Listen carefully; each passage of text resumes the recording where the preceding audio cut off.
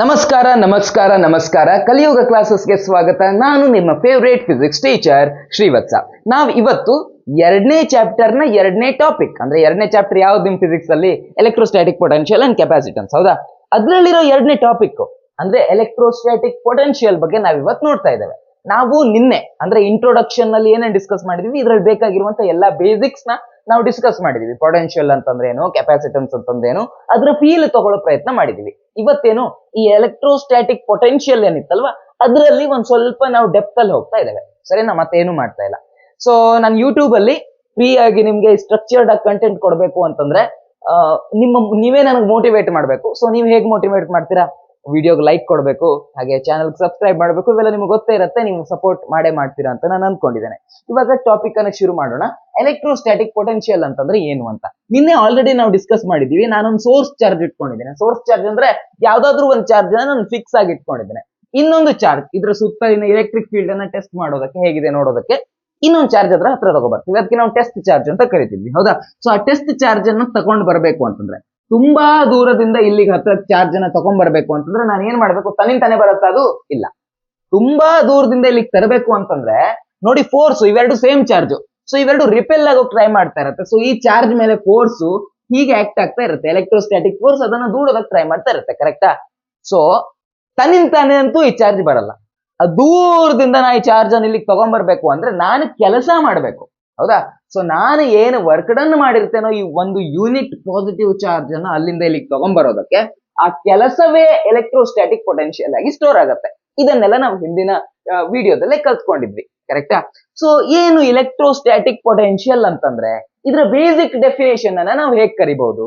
ಒಂದು ಎಕ್ಸಾಂಪಲ್ ಕೊಡೋಣ. ಇವಾಗ ನನ್ನ ಚಾರ್ಜ್ ಇಲ್ಲೇ ಇದೆ ಅಂತ ಇಟ್ಕೊಳ್ಳಿ. ಇಲ್ಲೇ ಇದೆ ನನ್ನ ಚಾರ್ಜ್. ಈಗ ಈ ಚಾರ್ಜ್ ಅನ್ನ ನಾನು ತಕೊಂಡು ಈ ಪಾಯಿಂಟಿಗೆ ಬರ್ತೇನೆ.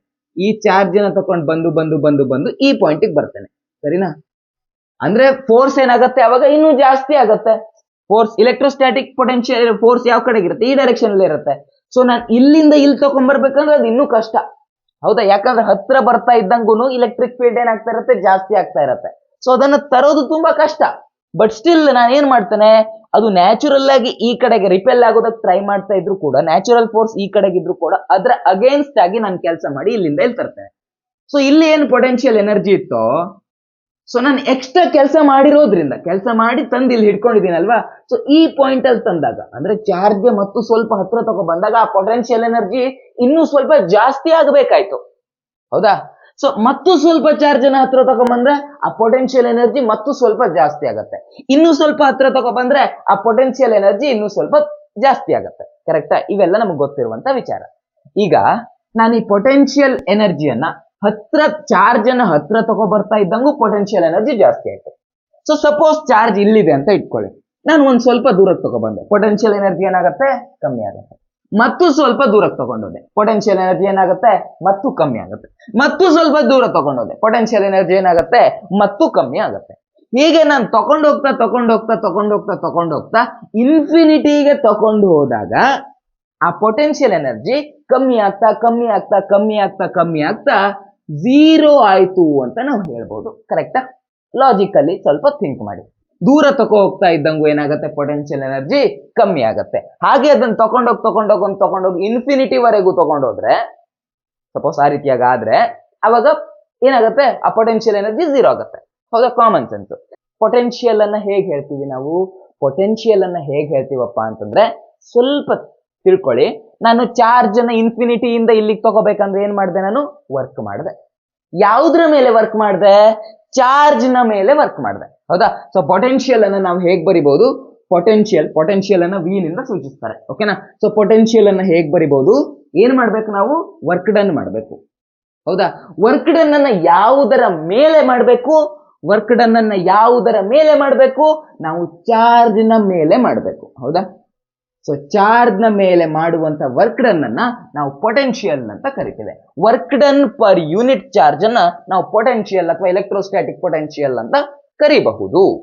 ಸೊ ಇದು ನಮ್ಮ ಬೇಸಿಕ್ ಡೆಫಿನೇಷನ್ ಅಥವಾ ಬೇಸಿಕ್ ಫಾರ್ಮುಲಾ ಅಂತ ಹೇಳ್ಬೋದು. ಇವಾಗ ನೀವೇ ಥಿಂಕ್ ಮಾಡಿ, ನಮ್ದು ಫಾರ್ಮುಲಾ ಈ ರೀತಿಯಾಗಿ ಬಂದಿದೆ. ಸೊ ಇದ್ರ SI ಯೂನಿಟ್ ಅನ್ನ ನಾವು ಹೇಗೆ ಬರಿಬಹುದಪ್ಪ? SI ಯೂನಿಟ್ ಹೇಗೆ ಬರಿಬಹುದಪ್ಪ? ನಿಮಗೆ ಗೊತ್ತು, work done in SI unit joule, ಕರೆಕ್ಟಾ? Work done in SI unit joule. ಚಾರ್ಜಿನ SI ಯೂನಿಟ್ ಏನು ಕೂಲಮ್. ಸೊ ಮೇಲ್ಗಡೆ ಜೂಲ್ ಬರುತ್ತೆ, ವರ್ಕ್ ಡನ್ ಇಂದು ಜೂಲು, ಚಾರ್ಜ್ ಇರೋ ಜಾಗದಲ್ಲಿ ಚಾರ್ಜ್ನ SI ಯೂನಿಟ್ ಏನಪ್ಪ ಕೂಲಮ್. ಸೊ ಇದನ್ನ ನಾನು ಹೇಗೆ ಬರಿಬಹುದು, ಜೌಲ್ ಪರ್ ಕೂಲಮ್ ಅಂತ ಬರಿಬಹುದು. ಕರೆಕ್ಟಾ. ಸೊ ಇದನ್ನೇ ನಾವು ವೋಲ್ಟ್ ಅಂತ ಕೂಡ ಕರಿಬಹುದು. ಜೌಲ್ ಪರ್ ಕೂಲಮ್ ಏನಿದೆಯೋ ಇದನ್ನ ನಾವು ವೋಲ್ಟ್ ಅಂತಾನು ಕರಿತೀವಿ. ಹೌದಾ, ಇದೊಂದು ಸ್ವಲ್ಪ ಕನ್ಫ್ಯೂಷನ್ ಆಗ್ತಾ ಇದೆಯಾ? ನೀವು ಹಿಂದೆಲ್ಲ ಮಾಡಿರ್ತೀರ, ಫೋರ್ಸ್ ನ SI ಯೂನಿಟ್ ಬರಿಬೇಕಾದ್ರೂ ಇದೇ ಕೆಲಸ ಮಾಡಿರ್ತೀರ. ಏನು ಫೋರ್ಸ್ಗೆ ಫಾರ್ಮುಲಾ ಏನ್ ಬರುತ್ತಪ್ಪ, ಫೋರ್ಸ್ಗೆ ಫಾರ್ಮುಲಾ ಮಾಸ್ ಇಂಟು ಎಕ್ಸಲರೇಷನ್ ಅಂತ ಬರುತ್ತೆ. ಕರೆಕ್ಟಾ. ಸೊ ಮಾಸ್ ಇಂದು SI ಯೂನಿಟ್ ತಗೊಂಡ್ಬಂದ್ರೆ ಏನಪ್ಪ, ಮಾಸಿನ SI ಯೂನಿಟ್ ಇರೋದು kg. ಹೌದಾ. ಎಕ್ಸಲರೇಷನ್ ನ SI ಯೂನಿಟ್ ಇರೋದು ಮೀಟರ್ ಪರ್ ಸೆಕೆಂಡ್ ಸ್ಕ್ವೇರ್. ಹೌದಾ, ಈ ರೀತಿಯಾಗಿ ಬರಿಬಹುದು. So kg metre per second square ಯಾವ್ದ್ರ SI unit, kg metre per second square ಅನ್ನೋದು ಫೋರ್ಸ್ ನ SI ಯೂನಿಟ್.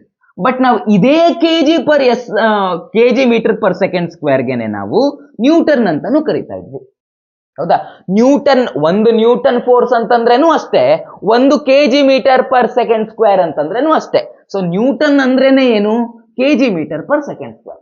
ಅದೇ ರೀತಿಲಿ ಜೌಲ್ ಪರ್ ಕೂಲಮ್ ಅಂತಂದ್ರೆ ಏನು, ಜೌಲ್ ಪರ್ ಕೂಲಮ್ ಅಂತಂದ್ರೆ ವೋಲ್ಟ್, ಮತ್ತೆ ಏನು ಅಲ್ಲ.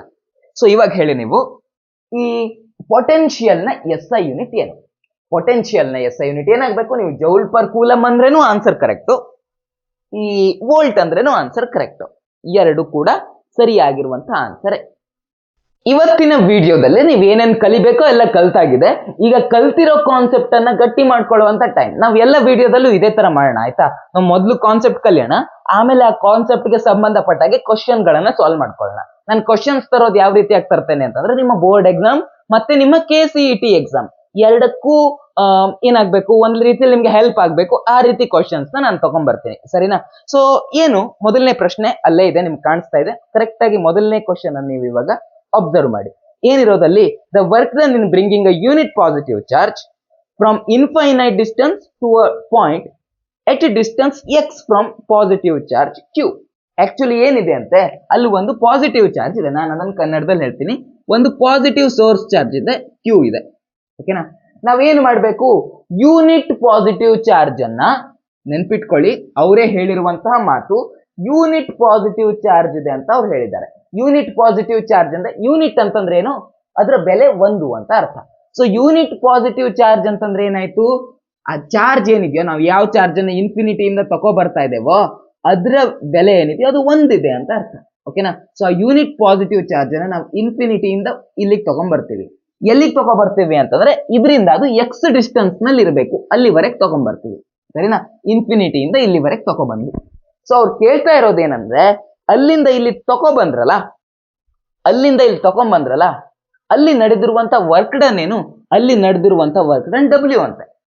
ಹೀಗೆ ಆ ರೀತಿ ವರ್ಕ್ ಡನ್ ಆದಾಗ ನಾವು ಅಲ್ಲಿಂದ ಇಲ್ಲಿಗೆ ತಗೊಬಂದು ಈ ಪಾಯಿಂಟ್ ಅಲ್ಲಿ ಇಟ್ವಲ್ಲ ಆ ಚಾರ್ಜ್ ಅನ್ನ, ಯೂನಿಟ್ ಪಾಸಿಟಿವ್ ಚಾರ್ಜ್ ಅನ್ನ ಇಲ್ಲಿ ಇಟ್ವಲ್ಲ, ಈಗ ಅದರಲ್ಲಿರುವಂತ ಪೊಟೆನ್ಶಿಯಲ್ ಏನು ಅಂತ ಕೇಳ್ತಾ ಇದ್ದಾರೆ. ಓಕೆನಾ? ಸೊ ನಮ್ಗೆ ಆಲ್ರೆಡಿ ನಾವು ತಿಳ್ಕೊಂಡಿದ್ದೇವೆ ಏನಪ್ಪ ಪೊಟೆನ್ಶಿಯಲ್ ಅಂತಂದ್ರೆ ಏನು. ನಮ್ಗೆ ಅವ್ರು ಕೇಳ್ತಾ ಇರೋದು ಪೊಟೆನ್ಶಿಯಲ್ ಇದರಲ್ಲಿ. ಹೌದಾ? ನೀವು ಕ್ವಶನ್ ಅನ್ನ ಕರೆಕ್ಟ್ ಆಗಿ ಅಬ್ಸರ್ವ್ ಮಾಡಿದ್ರೆ ಅವ್ರು ಕೇಳ್ತಾ ಇರೋದು ಪೊಟೆನ್ಶಿಯಲ್ ಬಗ್ಗೆನೇ ಕೇಳ್ತಾ ಇದ್ದಾರೆ. ಸೊ ನಾವ್ ಇವಾಗ ಪೊಟೆನ್ಶಿಯಲ್ ಕಂಡುಹಿಡಿಬೇಕು ಅಂದ್ರೆ ಏನ್ ಮಾಡ್ಬೇಕು, what is potential? Potential is nothing but work done per unit charge. ಹೌದಾ? So work done per unit charge. So ನಾನು ಇಲ್ಲಿಂದ ಇಲ್ಲಿಗೆ ತಗೋ ಬಂದಿದ್ದೇನೆ, ವರ್ಕ್ ಡನ್ ಅನ್ನ W ಅಂತ ಅವರೇ ಹೇಳಿದ್ದಾರೆ. ಸೊ ವರ್ಕ್ ಡನ್ ಇರೋ ಜಾಗದಲ್ಲಿ W ಅಂತ ಬರ್ಕೊಂಡಿದ್ದಾರೆ. ಚಾರ್ಜ್ ಬರಿಬೇಕು ತಾನೆ. ಸೊ ಚಾರ್ಜ್ ಅಂದ್ರೆ ಯಾವುದು, Q ಅಂತ ಬರಿಬೇಕಾ? ಅಲ್ಲ, Q ಇರೋದು ಇಲ್ಲಿ ಸೋರ್ಸ್ ಚಾರ್ಜ್. ನಾವು ಈ ಚಾರ್ಜ್ ಬರಿತಿದ್ದೇವಲ್ವಾ, ಯಾವ ಚಾರ್ಜ್ ಮೇಲೆ ನಾವು ವರ್ಕ್ ಮಾಡಿದ್ದೇವೋ ಅದನ್ನ ಬರಿಬೇಕು. ಯಾವ ಚಾರ್ಜ್ ಅನ್ನು ನಾವು ಇನ್ಫಿನಿಟಿಯಿಂದ ಇಲ್ಲಿಗೆ ತಗೊಬಂದಿದ್ದು, ಇನ್ಫಿನಿಟಿಯಿಂದ ಇಲ್ಲಿಗೆ ತಗೊಬಂದಿರೋದು ನಾವು ಯೂನಿಟ್ ಪಾಸಿಟಿವ್ ಚಾರ್ಜ್ ಅನ್ನ. ಹೌದಾ? ಸೊ ಹೀಗಾಗಿ Q ನ ವ್ಯಾಲ್ಯೂ ಏನಾಯ್ತು, Q is a unit charge. So unit charge ಆಗಿರೋದ್ರಿಂದ ಇಲ್ಲಿಂದ ಇಲ್ಲಿ ತಂದಿರುವಂತಹ ಚಾರ್ಜ್ ನ ವ್ಯಾಲ್ಯೂ 1 ಇರೋದ್ರಿಂದ ಚಾರ್ಜ್ ನ ಜಾಗದಲ್ಲಿ 1 ಅಂತ ಬರ್ಕೋತೇನೆ. ಸೊ ವ್ಯಾಲ್ಯೂ ಏನಾಗ್ಬೇಕಾಯ್ತು, ನಮ್ದು ಆನ್ಸರ್ ಏನಾಗ್ಬೇಕಾಯ್ತು, W ಡಿವೈಡೆಡ್ ಬೈ 1 ಅಂದ್ರೆ W ನೇ ಬರ್ಬೇಕಾಯ್ತು. ಹೌದಾ? ಸೊ ಇಲ್ಲಿ ಯಾವ ಆಪ್ಷನ್ ಕರೆಕ್ಟ್, ಆಪ್ಷನ್ ಬಿ ಇಲ್ಲಿ ಸರಿಯಾಗಿರೋ ಆನ್ಸರ್. ಓಕೆನಾ? ನೆಕ್ಸ್ಟ್ ಹೋಗೋಣ. ಇಷ್ಟೇ ಆಕ್ಚುಲಿ ಇರೋದು, ತುಂಬಾ ಈಸಿ ಕ್ವಶನ್ ತಾನೆ. W ವರ್ಕ್ ಡನ್ ಮಾಡಿದಾನೆ, ಯೂನಿಟ್ ಪಾಸಿಟಿವ್ ಚಾರ್ಜ್ ಅನ್ನು ಅಲ್ಲಿಂದ ತಗೊಂಬರೋದು, W ವರ್ಕ್ ಡನ್ ಮಾಡಿದ್ದಾನೆ. ಹೀಗಾಗಿ ಆ ಏನು ವರ್ಕ್ ಡನ್ ಮಾಡಿದ್ನೋ ಅದೇ ಪೊಟೆನ್ಶಿಯಲ್ ಆಗಬೇಕಾಯ್ತು. ಹೌದಾ? ಸೊ ಏನು ವರ್ಕ್ ಡನ್ ಮಾಡಿದಿರೋ ಅದೇ ಪೊಟೆನ್ಶಿಯಲ್ ಆಗ್ಬೇಕಾಯ್ತು. ಅದೇ ಈ ಪ್ರಶ್ನೆಯಲ್ಲಿ ಇರೋದು. ಬಟ್ ಅವ್ರು ಇಂಗ್ಲಿಷ್ ನಲ್ಲಿ ಸ್ವಲ್ಪ ಗಿಜಿಬಿಡಿ ಮಾಡಿ ಕೇಳಿದಾಗ ನಮ್ಗೆ ಕನ್ಫ್ಯೂಷನ್ ಆಗುತ್ತೆ. ಸೊ ಈ ರೀತಿಯಾಗಿ ಆಗ್ಬಾರ್ದು. ಸೊ ಈ ರೀತಿಯಾಗಿ ಆಗಬಾರ್ದು ಅಂದ್ರೆ ನಾವೇನ್ ಮಾಡ್ಬೇಕು, ಈ ರೀತಿಯಾಗಿ ಆಗ್ಬಾರ್ದು ಅಂದ್ರೆ ನಾವು ಹೆಚ್ಚೆಚ್ಚು ಕ್ವಶನ್ ಗಳನ್ನ ಸಾಲ್ವ್ ಮಾಡ್ತಾ ಹೋಗ್ಬೇಕು. ಅವಾಗ ಇವಕ್ಕೆ ನಾವು ಏನು ಒಗ್ಗಿಕೊಳ್ತೇವೆ, ಸರಿನಾ? ಅವಾಗ ಸಮಸ್ಯೆ ಆಗಲ್ಲ. ಸೊ ಇದೆ, ಕ್ವಶನ್ ತುಂಬಾ ಈಸಿ ಇತ್ತು, ಬಟ್ ಅವ್ರು ಕೇಳಿರೋ ರೀತಿ ತಲೆಗೆ ಹುಳ ಬಿಡೋ ರೀತಿಲಿ ಇತ್ತು, ಸರಿನಾ? ಸೊ ನೆಕ್ಸ್ಟ್ ಕ್ವಶನ್ ನೋಡೋಣ. ನೆಕ್ಸ್ಟ್ ಕ್ವಶನ್ ಏನ್ ಹೇಳ್ತಿದಾರಪ್ಪ ಅಂತಂದ್ರೆ, which of the following statement is correct? ಸರಿಯಾಗಿರೋ ಸ್ಟೇಟ್ಮೆಂಟ್ ಎಲ್ಲ ನಾವಿಲ್ಲಿ ಐಡೆಂಟಿಫೈ ಮಾಡಬೇಕು. ಮೊದಲನೇದು ಏನ್ ಹೇಳ್ತಿದ್ದಾರೆ, electrostatic force is a conservative force. Electrostatic force conservative force, non conservative force? ನಿನ್ನಿನ ವಿಡಿಯೋದಲ್ಲಿ ನೋಡಿದ್ದೇವೆ, ಫಸ್ಟ್ ವಿಡಿಯೋದಲ್ಲಿ ನೋಡಿದ್ದೇವೆ ಈ ಚಾಪ್ಟರ್ ಇಂದ, ಹೌದಾ? Electrostatic force is conservative force. So ಒಂದೇ ಸ್ಟೇಟ್ಮೆಂಟ್ ಏನಿದೆ ಇಲ್ಲಿ ಸರಿಯಾಗಿರೋದಿದೆ. ನೆಕ್ಸ್ಟ್ ನೋಡೋಣ, potential of a charge Q at a point is the work done per unit charge in bringing a charge from any point to infinity. So ಇಲ್ಲಿನ potential ಏನು ಅಂದ್ರೆ, ಇನ್ಫಿನಿಟಿಯಿಂದ ಈ point ವರೆಗೆ ನಾವು ಯೂನಿಟ್ ಪಾಸಿಟಿವ್ ಚಾರ್ಜ್ ಅನ್ನ ತರೋದಕ್ಕೆ ಏನು ವರ್ಕ್ ಡನ್ ಮಾಡಬೇಕೋ ಅದೇ ಇಲ್ಲಿನ ಪೊಟೆನ್ಶಿಯಲ್ ಆಗಿರುತ್ತೆ ಅಂತ ಅವ್ರು ಹೇಳಿದ್ದಾರೆ. ಸೊ ಈ ಸ್ಟೇಟ್ಮೆಂಟ್ ಕೂಡ ಸರಿಯಾಗಿರೋ ಸ್ಟೇಟ್ಮೆಂಟ್. ಸೊ ಇದು ಸರಿಯಾಗಿರೋ ಸ್ಟೇಟ್ಮೆಂಟ್, ಕರೆಕ್ಟ್ ಆಗಿರೋ ಸ್ಟೇಟ್ಮೆಂಟ್. ನೆಕ್ಸ್ಟ್ ಏನ್ ಹೇಳ್ತಿದ್ದಾರೆ, spring force and gravitational force are also conservative force ಅಂತ ಹೇಳ್ತಾ ಇದ್ದಾರೆ, ಹೌದ್ ತಾನೆ? ಸ್ಪ್ರಿಂಗ್ ಫೋರ್ಸ್ ನಲ್ಲೂ ನಾವು ಓದಿದಾಗ ಏನಾಗುತ್ತೆ, ಅಲ್ಲಿ ಪೊಟೆನ್ಶಿಯಲ್ ನಾವೇನ್ ವರ್ಕ್ ಡನ್ ಮಾಡಿದೇವೋ ಅದು ಪೊಟೆನ್ಶಿಯಲ್ ಆಗಿ ಸೇವ್ ಆಗುತ್ತೆ. ಗ್ರಾವಿಟೇಷನಲ್ ಫೋರ್ಸ್ ವಿಷಯದಲ್ಲೂ ಹಂಗೇನೆ, ಹೆಚ್ಚು ನಾವು ಹೈಟ್ ಅನ್ನು ಇನ್ಕ್ರೀಸ್ ಮಾಡ್ತಾ ಹೋದಾಗೆ ಹೈಟ್, ಈ ವಸ್ತುವನ್ನ ಮೇಲಕ್ಕೆ ಎತ್ತಲಿಕ್ಕೆ ನಾವೇನು ವರ್ಕ್ ಡನ್ ಮಾಡ್ತೇವೋ ಅದೇ ಪೊಟೆನ್ಶಿಯಲ್ ಎನರ್ಜಿ ಆಗಿ ಸೇವ್ ಆಗುತ್ತೆ, ಹೌದಾ? ಸೊ ಸ್ಪ್ರಿಂಗ್ ಫೋರ್ಸ್ ಏನಾಗಬೇಕಾಯ್ತು, ಕನ್ಸರ್ವೇಟಿವ್ ಫೋರ್ಸ್ ಆಗಬೇಕಾಯ್ತು. ಗ್ರಾವಿಟೇಷನಲ್ ಫೋರ್ಸ್ ಕೂಡ ಕನ್ಸರ್ವೇಟಿವ್ ಫೋರ್ಸ್ ಆಗಬೇಕಾಯ್ತು. ಸೊ ಎ ಬಿ ಸಿ ಮೂರಕ್ಕೆ ಮೂರು ಸರಿ ಇದೆ. ಸೊ ಮೂರಕ್ಕೆ ಮೂರು ಸರಿ ಇರೋದ್ರಿಂದ ಕರೆಕ್ಟ್ ಆನ್ಸರ್ ಯಾವ್ದಾಗ್ಬೇಕಾಯ್ತು, ಆಲ್ ಆಫ್ ದ ಎಬೋವ್ ಅನ್ನೋದು ಕರೆಕ್ಟ್ ಆನ್ಸರ್ ಆಗಬೇಕಾಯ್ತು. ನೆಕ್ಸ್ಟ್ ಇರೋದು, how much work is required to carry 6 microcoulomb charge from negative terminal to the positive terminal of 9 volt battery ಅಂತ ಕೇಳ್ತಾ ಇದ್ದಾರೆ. ಸೊ ಅವ್ರು ಕೊಟ್ಟಿರೋದು ಏನಲ್ಲಿ ಒಂದ್ ಸ್ವಲ್ಪ ನ್ಯೂಮರಿಕಲ್ ತರ, ತುಂಬಾ ಈಸಿ ಕ್ವಶನ್ ಅವ್ರು ಕೇಳಿರೋದು. ಇನ್ಫ್ಯಾಕ್ಟ್ 1 ನಿಮಿಷದಲ್ಲೇ ಮಾಡಬೇಕು, ಬಟ್ ನಾನು ನಿಮ್ಗೆ ಒಂದ್ ಸ್ವಲ್ಪ ಎಕ್ಸ್ಪ್ಲನೇಷನ್ ಮಾಡ್ತಾ ಹೋಗ್ತೇನೆ. ಅವ್ರು ಏನೇನ್ ಕೊಟ್ಟಿದ್ದಾರೆ, ಅವ್ರು ಕೊಟ್ಟಿರೋದು ಪೊಟೆನ್ಶಿಯಲ್ ಕೊಟ್ಟಿದ್ದಾರೆ. ನಾವು ಪೊಟೆನ್ಶಿಯಲ್ ನ ವೋಲ್ಟ್ ನಿಂದ ಹೇಳ್ತೀವಿ, ಹೌದಾ? ನಮಗೆ ಗೊತ್ತು ಪೊಟೆನ್ಶಿಯಲ್ ನ ಎಸ್ ಐ ಯೂನಿಟ್ ಏನು, ವೋಲ್ಟ್. ಸೊ ಪೊಟೆನ್ಶಿಯಲ್ ಅನ್ನ ಅವ್ರು ಕೊಟ್ಟಿದ್ದಾರೆ, ಎಷ್ಟಿದೆ ಪೊಟೆನ್ಶಿಯಲ್, 9 ವೋಲ್ಟ್ ಇದೆ. ಹಾಗೆ ಇನ್ನೇನ್ ಕೊಟ್ಟಿದ್ದಾರೆ, how much work is required ಅಂತ ಕೇಳಿದ್ದಾರೆ. ಅವ್ರು ನಮ್ಗೆ ಕೇಳ್ತಾ ಇರೋದು ಏನಿಲ್ಲಿ, ಕೇಳ್ತಾ ಇರೋದು ವರ್ಕ್ ಡನ್ ಎಷ್ಟು ಅಂತ ಕೇಳ್ತಾ ಇದ್ದಾರೆ, ಹೌದಾ? ಸೊ ವರ್ಕ್ ಡನ್ ಕೇಳ್ತಾ ಇದ್ದಾರೆ, ಪೊಟೆನ್ಶಿಯಲ್ ಅನ್ನ ಅವರೇ ಕೊಟ್ಟಿದ್ದಾರೆ, ಹೌದಾ? ಸೊ ಚಾರ್ಜ್ ನ ವ್ಯಾಲ್ಯೂ ಅನ್ನು ಅವ್ರು ಕೊಟ್ಟಿದ್ದಾರೆ. ಚಾರ್ಜ್ ಎಷ್ಟಿದೆ ಅಂತ, ಚಾರ್ಜ್ 6 ಮೈಕ್ರೋಕೂಲಮ್ ಇದೆ. ಸೊ ಚಾರ್ಜ್ ಅನ್ನ ಅವರೇ ಕೊಟ್ಟಿದ್ದಾರೆ, ಚಾರ್ಜ್ ಅವರೇ ಕೊಟ್ಟಿದ್ದಾರೆ, ಎಲ್ಲ ಅವರೇ ಕೊಟ್ಟಿದ್ದಾರೆ. ಸೊ ನಮ್ ಪೊಟೆನ್ಶಿಯಲ್ ಅನ್ನ ಕಂಡುಹಿಡಬೇಕು ಅಂದ್ರೆ ಏನ್ ಮಾಡ್ಬೇಕು, what is potential? Potential is nothing but work done per unit charge, work done per charge, ಹೌದಾ? ಚಾರ್ಜ್ ನ ಮೇಲೆ ಆಗುವಂತ ವರ್ಕ್ ಡನ್ ಅನ್ನೇ ನಾವು ಪೊಟೆನ್ಶಿಯಲ್ ಅಂತ ಕರೆಯುವುದು, ಹೌದಾ? ಸೊ ಈಗ ಅವ್ರು ಕೊಟ್ಟಿರೋದೇನು, ವರ್ಕ್ ಡನ್ ಅನ್ನ ಕೇಳ್ತಾ ಇದ್ದಾರೆ, ಬಾಕಿ ಪೊಟೆನ್ಶಿಯಲ್ ಕೊಟ್ಟಿದ್ದಾರೆ. ಪೊಟೆನ್ಶಿಯಲ್ ಎಷ್ಟಿದೆ, ಪೊಟೆನ್ಶಿಯಲ್ ಇರೋದು 9 ವೋಲ್ಟ್, ಹೌದಾ? 9 ವೋಲ್ಟ್ ಬ್ಯಾಟ್ರಿ ಅಂತ ಹೇಳಿದ್ದಾರೆ. ಸೊ ಪೊಟೆನ್ಶಿಯಲ್ ಜಾಗದಲ್ಲಿ 9 ಅಂತ ಬರ್ತದೆ. ಚಾರ್ಜ್ ಎಷ್ಟಿದೆ, ಚಾರ್ಜ್ ಇರೋದು 6 ಮೈಕ್ರೋಕೂಲಮ್, ಹೌದಾ? ಸೊ ಈ ಜಾಗದಲ್ಲಿ ನಾನು ಏನ್ ಬರಿಬೇಕಾಯ್ತು, 6 ಮೈಕ್ರೋಕೂಲಮ್ ಅಂತ ಬರಿಬೇಕು. ಮೈಕ್ರೋ ಅಂತಂದ್ರೆ ಎಷ್ಟಪ್ಪ, ಮೈಕ್ರೋ ಅಂತಂದ್ರೆ 10 ಪವರ್ ಮೈನಸ್ 6. ಸೊ 6 ಮೈಕ್ರೋ ಅಂದ್ರೆ 10 ಪವರ್ ಮೈನಸ್ 6, ಓಕೆನಾ? ಇಷ್ಟಿದೆ. ಸೊ ಇವಾಗ ನಾನು ಏನ್ ಮಾಡ್ಕೋಬೇಕು, ವರ್ಕ್ ಡನ್ ಬೇಕು ಅಂದ್ರೆ ಈ ಕ್ವಾಂಟಿಟಿಯನ್ನ ಈ ಕಡೆ ಓಡಿಸ್ಬೇಕಾಯ್ತು. ಸೊ ಇದನ್ನ ಈ ಕಡೆ ಓಡಿಸಿದಾಗ ಏನಾಗುತ್ತೆ, 9 into 6 into 10 power minus 6 is equal to W ಅಂತ ಬರುತ್ತೆ, ಹೌದಾ? ಸೊ 9 ಇಂಟು 6, 6 ಎಷ್ಟಪ್ಪ, 6 54, ಹೌದಾ? ಸೊ 6 ಮಾಡಿದ್ರೆ 54 ಆಗುತ್ತೆ, 54 ಆಗುತ್ತೆ. ಸೊ 54 ಇಷ್ಟು ಬಂತು, 54 ಇಂಟು 10 ಪವರ್ ಮೈನಸ್ 6 ಅನ್ನೋದು ಬಂತು. ಇದು ಯಾವ್ದೆಲ್ಲಾದ್ರೂ, ಹೌದು ಇದೆ. ಅದಿರೋದೆಲ್ಲಿ, ಅದಿರೋದು ಆಪ್ಷನ್ ಬಿ ನಲ್ಲಿ. ಐ ಹೋಪ್ ನಿಮ್ಗೆ ನಾನು ಹೇಳಿರೋದೆಲ್ಲ ಅರ್ಥ ಆಗಿದೆ, ಹಾಗೆ ಕ್ವಶನ್ ಸಾಲ್ವ್ ಮಾಡಿರೋದು ಅರ್ಥ ಆಗಿದೆ ಅಂತ ಅನ್ಕೊಂಡಿದ್ದೆ. ನಿಜವಾಗ್ಲೂ ಅರ್ಥ ಆಗಿದ್ದೆ, ಹೌದು ಆಗಿದ್ದಲ್ಲಿ ವಿಡಿಯೋಗೊಂದು ಲೈಕ್ ಮಾಡಿ, ಹಾಗೇನೆ ಚಾನಲ್ಗೆ ಸಬ್ಸ್ಕ್ರೈಬ್ ಮಾಡಿ. ಮುಂದಿನ ವಿಡಿಯೋದಲ್ಲಿ ಮತ್ತೆ ಸಿಗೋಣ, ಇದೇ ರೀತಿಯಾಗಿ ಚೆನ್ನಾಗಿ ಕಲಿತಾ ಹೋಗೋಣ.